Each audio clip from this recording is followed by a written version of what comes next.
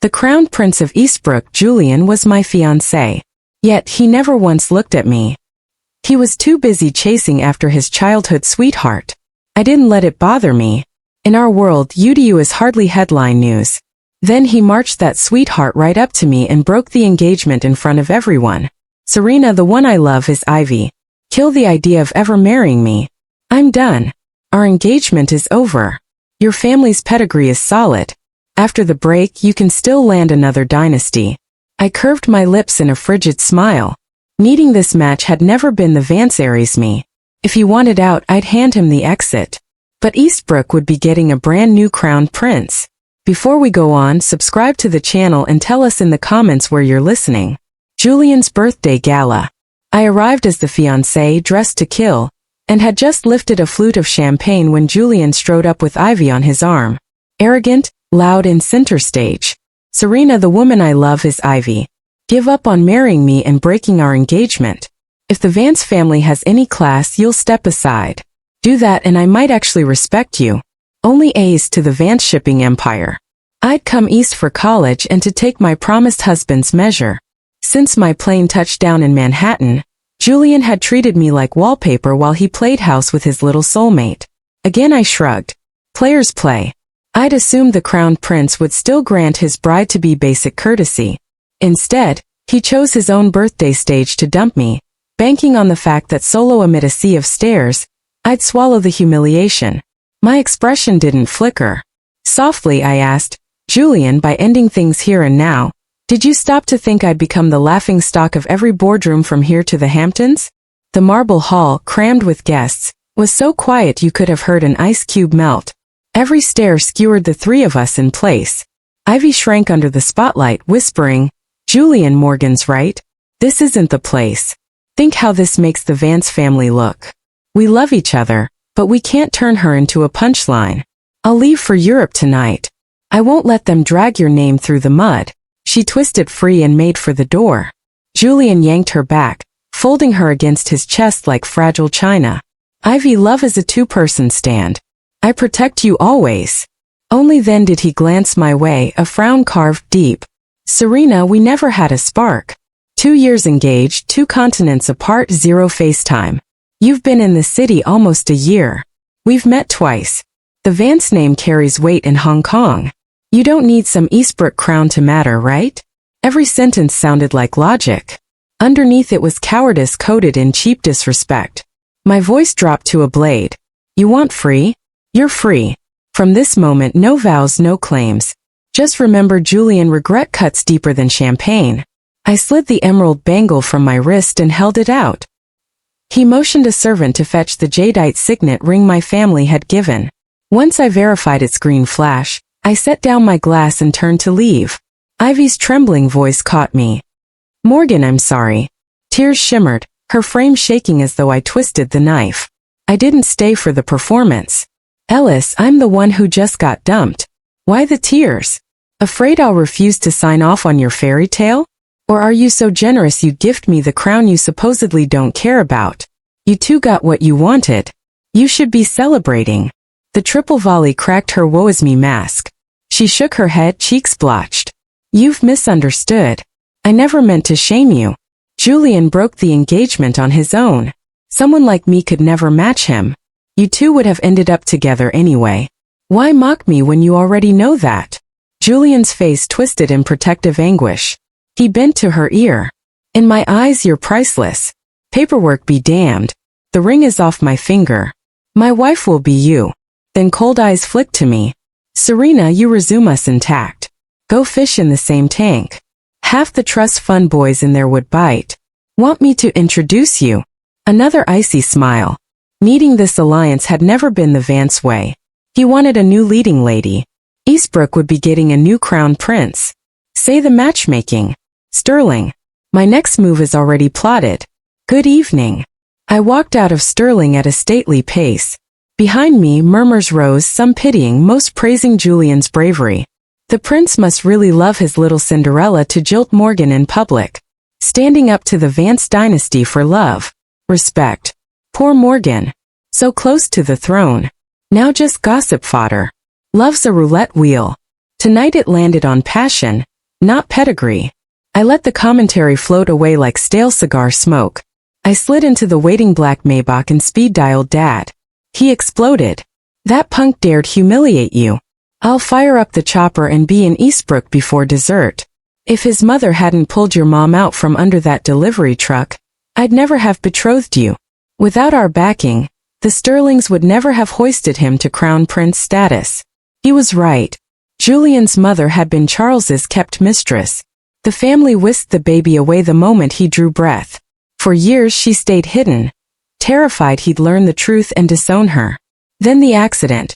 She saved Mom, and in gratitude, Dad granted her one wish. She asked for the alliance, locking her son to the Vance name and the Sterling succession in one stroke. Too bad Julian never noticed the safety net. His eyes were always on Ivy. I calmed him. Dad, I've got the reins. Anyone who tries to turn me into a punchline will learn what advanced revenge looks like. Do whatever it takes, princess. Mom and I are your war chest. I ended the call with a smile, the outer corner of my eye flicking upward as one name slid into my mind. Ethan, Charles's son by his first arranged marriage, Julian's older half-brother. Brilliant in his own right, he'd already become a blazing star in the business world without ever leaning on Sterling. Julian had turned me into a public punchline. Only a crushing counterstrike would settle the score. I dialed Ethan myself. After 3 rings, he picked up and greeted me first. Morgan Sterling, I'd like to meet. He didn't ask why. All right, I'll arrange it. The instant the line went dead, his text arrived. The speed felt almost premeditated, but I liked his seamless efficiency. I told the driver to head for Shuja, a private Cantonese kitchen. Inside the private dining room, Ethan was already seated, immaculate in a charcoal suit woven with faint black motifs, refined and calm. I tucked away my surveying glance. Sterling, Morgan, please sit. I slid directly into the chair beside him. He paused a beat, then said nothing. He set out my utensils and poured my tea himself. I lowered my gaze, pleased, and lifted the cup. Aren't you going to ask why I asked for you? Ethan smiled slightly. Morgan will tell me. I laughed softly. I want to marry you. The sentence dropped like a stone into still water. His deep black eyes pinned me as if searching for the trick. Under that stare, I felt a flicker of discomfort. Revenge on Julian? Ethan, clearly aware of the fiasco at the gala, asked evenly. I couldn't read him. I nodded, then shook my head. He looked down. All right, I accept. Stunned, I decided he was even smarter than I'd hoped. The alliance cost him nothing and gained him plenty. When the meal ended, I laid my hand in his broad palm, snapped a photo and posted it. My fiancé. Hello, Ethan. WhatsApp erupted. So did Eastbrook. That night, Julian's mother rang nonstop. I let every call go to voicemail. Diane answered. The next morning after I woke, I politely texted her back. She asked to meet me at Blue. I agreed. Some things have to be seen to be believed. The moment I arrived, she clutched my hand. Serena, surely you and Julian have misunderstood each other. Why break an engagement out of nowhere? He wronged you. Your auntie will make him apologize. All right, can't you call off the break? For the sake of the woman who once saved your mother. I'm grateful she saved my mom, but that debt doesn't entitle her to keep drawing on the Vance account. I tugged my hand free. Eleanor. Ending the engagement was Julian's idea, not mine. I merely granted his wish. He loves his childhood darling Ivy. Why don't you grant him that too? I'd rather die than bless it, Eleanor snapped. I offered no comment. She reached for my hand again. I evaded smoothly. What would you like to drink? She bristled yet dared not push, muttering, a latte. Once the server left, she pounced. If Julian broke it off, why were you with Ethan that same night? And announcing it on Instagram. I smiled thinly. That's my private life, Eleanor. Her face darkened. I ignored it. Out of respect for once saving my mother, I'll answer this once. After he dumped me, Julian advised I find some other eligible tycoon and remain a pampered heiress. I thought it sound counsel, so I chose Ethan. She looked apoplectic. Why, Ethan of all people? I beamed politely and said nothing. Realizing she'd lost composure, she gave an apologetic smile. Serena, I didn't mean this match was my doing. Julian's word isn't final. Let's treat last night as a lover's spat and be done with it. Yes. Before I could answer, Julian appeared, leading Ivy in a white dress straight to our table. Godmother, what are you and Serena discussing? Without waiting, he turned on me. Serena, you agreed to break it. Why drag my godmother into it today? Our engagement was her idea, but ending it is ours. Using her as mediator is pointless. I swept a cool glance over him, then at Eleanor. She avoided my eyes and tugged Julian into the seat beside her. No chairs left. Ivy hovered at the edge. Eleanor scolded. Julian, everything I do is for you. You cannot break with Serena. You will marry her. Ivy, you'll be packed off abroad. You two are wrong for each other. Julian shot up, gripping Ivy's hand. Godmother, I will never be with Serena. I love Ivy. Only Ivy. If you truly love me, bless us. Ivy gazed at Julian in grateful adoration, then assumed a sensible tone. Julian, listen to your godmother. Don't upset her. She only wants the best for you. Besides, my background isn't worthy. I'll go abroad as long as you're happy. Julian pulled her close. Ivy, you are my happiness. How could I be happy if you leave? Then he glared at me in disgust. Serena, is this the breeding the Vance boast of? I misjudged you. So desperate to marry me. I'd sooner die. Eleanor slapped him hard. Silence. Julian. Ivy instantly shielded him. How could you hit Julian? I already said I'm unworthy and willing to leave. Why strike him? She stroked his cheek tenderly. Julian, I'm sorry. It's my fault you were slapped. Then she turned to me, tears shimmering. Morgan, I promise not to come between you and Julian. Why humiliate him like this? Every word Ivy uttered sang of devotion, casting herself as the long-suffering heroine. I had no patience for her performance. Ellis, let me throw your line back. Julian and I are over. He's nothing to me now, so you have no right to accuse me. Apparently shaken, Ivy wavered, tears rolling. Julian rounded on me at once. Serena, this is your graciousness. Our engagement is none of Ivy's business. I said, that's right. It really has nothing to do with you. So, is there anything wrong with my finding someone else to be my fiancé after I broke the engagement? Julian's face darkened. Even if you were going to find someone, it shouldn't have been my brother. I laughed softly. He's an old money heir and I'm a Hong Kong eyes. We're a perfect match. He flushed with anger. Serena, are you still hung up on me? Still thinking about marrying me? Picking my brother as your fiancé is just to spite me, isn't it? I stared at him without expression and Eleanor slapped Julian hard across the face again. I spoke calmly. Eleanor, I hope this is the last time we meet. I have matters to attend to, so I'll be leaving. But Eleanor grabbed my hand again. Serena, give Julian one more chance. Auntie will teach him a lesson for you. Ignoring my wishes, she held me tightly and began lecturing Julian. Julian, do you have any idea how your godmother begged to secure this engagement? How can you be so thoughtless? Do you realize you only have your Eastbrook Crown Prince status because of Serena? Eleanor preached earnestly for a long time, but Julian didn't believe a word. He dodged her next slap and said stiffly, Godmother, I respect you as an elder, but if you try to force me for Serena's sake, then I'll renounce you as my godmother. Besides, I became the Eastbrook Crown Prince because my grandfather decided it. It has nothing to do with Serena. Our commotion drew a lot of attention. In the 2 years since he'd become the East Crown Prince, Julian had been extremely high profile. Many people in the cafe recognized him. Seeing the scene, they whispered among themselves, Oh my God, watching the Crown Prince and Cinderella's love story up close? So romantic, it's tragic. Never thought the Crown Prince's ex-fiancée would be so gorgeous. Too bad her love is unrequited. Gorgeous or not, what's the use? She still can't win the Crown Prince's heart. She was this close to becoming Eastbrook's princess. What a shame. I felt nothing. I looked at Eleanor coldly. Eleanor, can you let go of me now? Her eyes were red, but she still refused to release my hand. I frowned, my annoyance growing. Both mother and son were lacking in decency. At that moment, Ethan's voice sounded at the door. Quinn, please let go of my fiancé. Seeing him, Eleanor instinctively loosened her grip.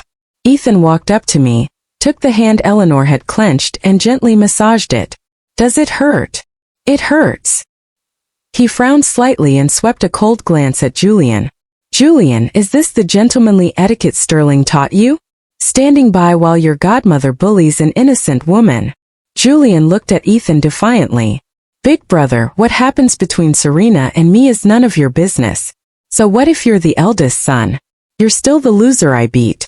Even Serena was my fiancée first. What right do you have to lecture me? Right now she's my fiancée. Disrespecting your future sister-in-law deserves a slap. The next second, Ethan punched Julian squarely in the stomach. Julian doubled over in pain. Ivy and Eleanor rushed to support him. Ethan led me away at a measured pace. From that day on, everyone in our circles knew Ethan and I were engaged. Because of our status, people constantly compared us with Julian and Ivy. At first, Julian even brought Ivy around to flaunt themselves in front of us. Everyone said Ivy had hit the jackpot in a past life, and this life had won the lottery to become Eastbrook's crown princess. They called her a real-life Cinderella who had leapt for love. When facing Ethan and me, they claimed at first that I was acting out of spite, marrying Julian's brother just to disgust him. Some joked that since I couldn't be the crowned princess, I'd settle for being the crowned prince's sister-in-law. Later, after running into Julian and Ivy more often, people began saying Ethan and I were a perfect match, talented, gorgeous, and well-matched. They predicted we'd have a happier marriage than Julian and Ivy. Julian refused to accept that. At the next Sterling family dinner, ignoring Eleanor's protests, he insisted on bringing Ivy to Sterling. As Ethan's official fiancée, I naturally received an invitation. The dinner was scheduled for 7 o'clock in the evening. At 6:50, Julian still hadn't arrived. Eleanor sat in her seat, glancing left and right, worry written all over her face. The moment the clock struck 7, Julian strode into the manor in full haute couture with Ivy on his arm. Every eye at the long table turned to them. Winston and Charles's faces darkened, but they didn't immediately berate Julian. Charles said in a low voice, "Julian, sit down and eat first." But Julian failed to hear the favor in Charles's words and declared righteously, "While the whole family is here tonight, let me formally introduce the woman I love, Ivy. I will marry her and give her every honor and luxury. I hope you'll like her and respect her." Eleanor watched Julian nervously and whispered, "Julian, let's eat. You can talk about this later." Julian ignored her. "Eleanor, this is Sterling family business. You've been invited as a guest. Act like one. Besides, since you opposed Ivy and me, I've already disowned you as my godmother." Eleanor swayed, her face drained of color at his words. Charles glared at Julian. "You wretch, shut your mouth." Julian kept his neck stiff and continued righteously, "Father, I hope you'll give us your blessing. When I inherit Sterling one day, I'll serve you with perfect filial piety." Charles's face was thunderous. "Julian, enough." But Julian wouldn't stop. He pulled Ivy down to kneel in front of Winston and Charles. "Grandfather, father, please give us your blessing." Charles clenched his fists and raised his hand to strike, but Eleanor caught his wrist with tear-filled eyes. "Charles, don't hit Julian."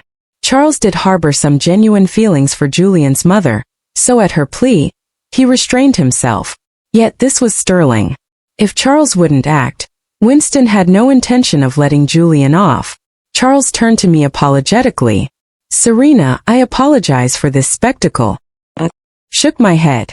"Winston, I'm now Ethan's fiancé. Practically half a Sterling.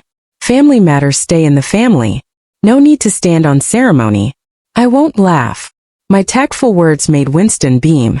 "Serena understands the big picture. I like that. If Ethan ever bullies you, tell Grandpa and I'll teach him a lesson." I smiled at Ethan. He said softly, "Grandfather, with you protecting Serena like this, I wouldn't dare." Winston nodded, pleased with both of us. Yet Julian spoke up again, pleading, "Grandfather, please give Ivy and me your blessing. Won't you?" Winston shot Julian a glacial glare. "When your elder speaks, does a junior like you get to interrupt?" Julian saw Winston was furious, but drunk on his tabloid title as East's crowned prince, he pressed on. "Grandpa, I'm sorry, but I really need your blessing." Charles and Eleanor's faces turned livid. Both pointed at Julian. "Julian, you little wretch. Shut your mouth. Julian, apologize to your grandfather at once." If he's angry, the fallout will be hideous. Julian couldn't grasp the good intentions behind Charles and Eleanor's warnings. Stubborn, he stayed on his knees, demanding Winston give him an answer. Winston's voice was cold and low. Julian, are you sure you want to be with her? No regrets, Grandpa. I'm sure I'll be with Ivy, and I won't regret it. Winston dipped his head. Fine. You have my blessing, Rowan. Winston gave a slight nod and said nothing more, but Eleanor crumpled to the floor in a faint. Julian's face flickered with concern. Yet he didn't spare Eleanor a second glance. Instead, he led Ivy to their seats. Charles gave Winston an apologetic look, then scooped Eleanor into his arms without a care for gossip and strode out of Sterling, watching them go. I almost laughed aloud. A man like Julian doesn't need my help. He's perfectly capable of engineering his own downfall. Still, I looked forward to the moment he learned the truth and realized what he'd thrown away. That moment came sooner than expected, just 1 month later. The very day Winston approved Julian and Ivy's union, Julian lost Sterling's gravitational center of support. First, while parading Ivy around Eastbrook and introducing her to every club promoter and socialite, his black titanium card was declined. He assumed it was a bank glitch. He rolled up to the Madison Avenue branch with his entire entourage, but the teller informed him, "Sling, your card was frozen by Sterling itself. You'll have to take it up with them." His hangers-on exchanged puzzled looks, yet none questioned Julian's status. They suddenly urged him to call headquarters. But when he phoned Sterling, the receptionist who once fawned over him never picked up. No matter how many times he rang, a sense of dread began to bloom in his chest. Ivy, ever gentle, offered a plan. "Julian, why don't we just go to the headquarters? Uncle Charles will explain. We can't stand here forever. The restaurant is waiting for us to settle the bill." Julian nodded. He commandeered his motorcade to Sterling. The security guards refused him entry. Julian exploded. "Do you have any idea who I am? Are you blind?" "Sterling, I know exactly who you are, but Sterling's orders are clear. No admittance." "That's impossible," Julian sputtered. "Dad adores me." He'd never issue that command. The guard lowered his voice. "Sterling, it's President Ethan who barred you. You're no longer a company employee, so you don't have access." "Ethan?" Julian echoed in disbelief. How did he become president of Sterling? The chorus of sycophants chimed in. "Yeah, Ethan may be the oldest, but the old man can't stand him. How did he land the presidency? There's been a mix-up. The crown prince is the rightful heir." "That's you, man. This guard's joking. Fire him with a word, bro." Julian believed them. He barked, "You're fired. Disappear now." The guard scurried off. Julian was still savoring his tiny victory when Ethan and I stepped out of his Maybach. The same guard hurried forward to open the door. "Good afternoon, Mr. President." I kept my hand tucked through Ethan's arm and gave the guard a gracious smile. Julian gaped, then roared, "How can you possibly be president? Ethan, you hired actors just to mess with me." Ethan and I regarded him with the look adults give a slow toddler. "Julian, didn't father tell you? You've been stripped of heir status." "No, never." Ethan's voice was soft. "Your black card was frozen, by the way." Julian's eyes bulged. "Every crown prince perk you had is revoked. From now on, you get $50,000 a month in allowance, nothing more." With that, Ethan ushered me inside. "No, this is a lie. I'm going to father right now." Julian clung to the belief that Ethan was bluffing. My man doesn't deserve to be slandered. I leveled a cool smile at Julian. "If you don't want to face Dad, go ask your godmother. She'll be thrilled to explain." While I spoke, I glanced toward Eleanor hovering near the curb. Julian followed my gaze and ran to her, eyes bloodshot. "Godmother, what the hell is going on?" Pain flashed across Eleanor's face, then gave way to fury. "I warned you not to break the engagement with Serena. You wouldn't listen. Now look at you. You have nothing left. Even without Sterling, I'm still East's crown prince," Julian insisted, panic creeping in. Eleanor laughed bitterly. "That title was handed to you by Sterling power brokers only after you and Serena were betrothed. The moment you ceased to be heir, the crown vanished. Keep dreaming, child. Listen to me. Beg Serena to take you back. Repropose. Marry her tomorrow and everything you lost will be restored. Julian stared as if she'd lost her mind. Ivy sobbed.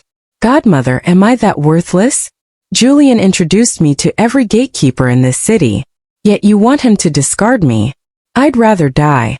She bolted into traffic. Julian yanked her back just in time, clutching her against his chest while taxis screeched around them.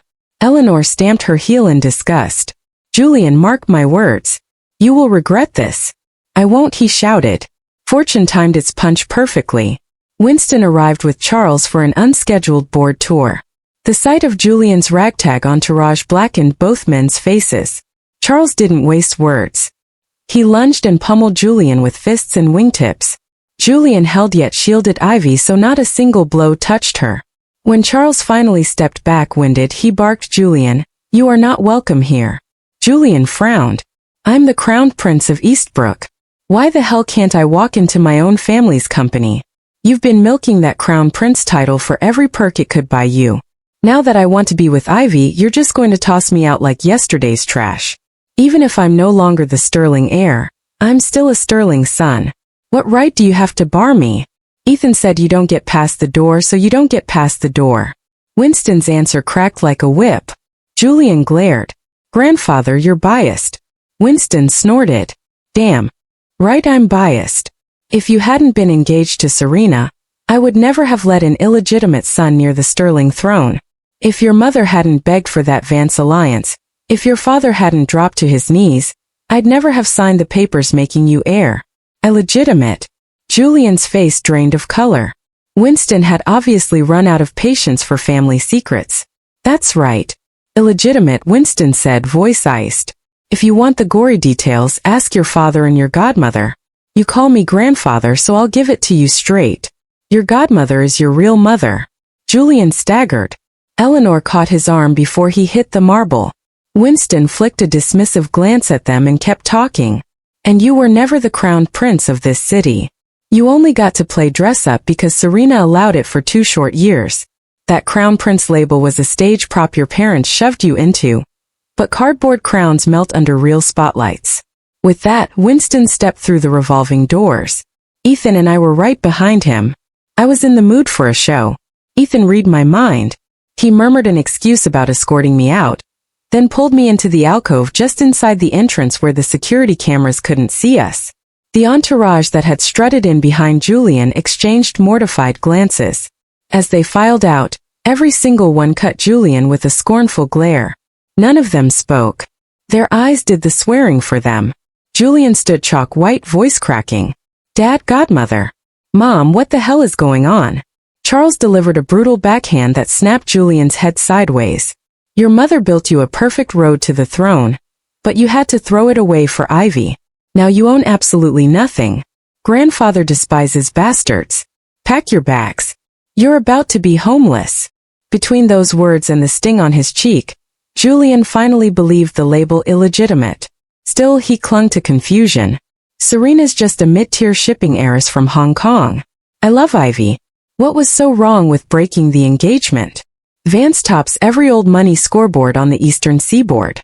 Half of Eastbrook would sell their grandfathers for a chance at that alliance. Your grandfather has never forgiven me for bringing you home. If your mother hadn't once saved Serena's mom, you wouldn't even have had a betrothal token to flush down the toilet. You ungrateful brat. Julian's voice cracked. No, that's impossible.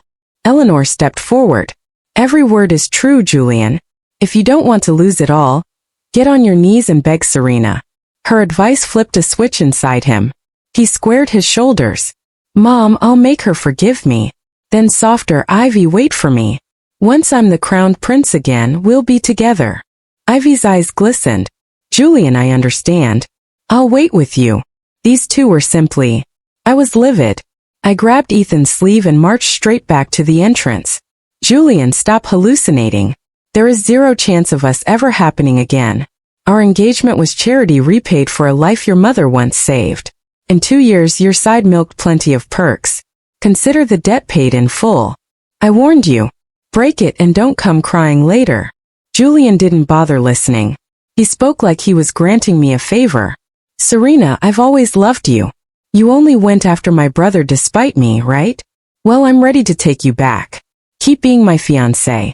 How's that sound? Ivy chimed in, earnest and tearful. Please, Morgan, forgive Julian. He loves you. I'll step aside so you two can be happy. Eleanor added her plea. Serena, show him some mercy. Julian, Ivy, Eleanor, different coats, same pattern. Polished narcissists who want every option open. When the numbers stop adding up, they crawl back on their knees. Too bad I've never had spare sympathy for that type. I flicked my gaze to Ethan. He read the signal, grabbed Julian by the collar, and introduced him to the marble floor. Bloody knuckles, cracked lip, the whole red painting. Speak to my fiancé like that again, and you'll leave in an ambulance. Take your four and vanish. And Quinn, enjoy your side piece status, but stay the hell away from Sterling property. The precision of the insult sent all three scrambling, too rattled to remember Charles was still inside. I exhaled. Ethan wrapped an arm around me. Don't let them ruin your day. I laughed softly. Ruin it? Watching you punch was the highlight. He grinned. Happy to entertain, Morgan. Sterling, you were magnificent. I rose on tiptoe and kissed him. No extra words necessary. 6 months after our engagement papers were signed, we signed a second set, marriage certificates. I still wasn't sure I loved him, but he was gentle, attentive, and gave me every public courtesy my parents could wish for. Mom and Dad kept repeating, "That man is head over heels in love with you." I brushed it off until one midnight. I accidentally uncovered the proof. Ethan really was crazy about me because I had been Julian's fiancée first. He'd cataloged every chance to punish him. Julian, to be fair, deserved every hit. Stripped of his prince glitter, he strong-armed Ivy into a courthouse wedding. They fought non-stop. He blamed her for his downfall, blamed Eleanor for the lies, blamed anyone but himself. He screamed, shoved, and worse. Yet the memory of Eleanor's promise that I could restore his crown haunted me. He showed up again and again. Ethan's security team dragged him into alleys and introduced him to fists and boots. After enough bruises, Julian read the pattern and stopped coming, but he couldn't stomach ordinary life after tasting royalty. Regret devoured him until he unraveled completely. One night, he took a kitchen knife to Ivy and Eleanor, then opened his own veins beside them. Ethan and I were floating in a turquoise Maldivian lagoon when the news pinged our phones. We stared for one beat, then exchanged a small, knowing smile. The sky was postcard blue, the water crystal. From here on, every horizon would only get brighter.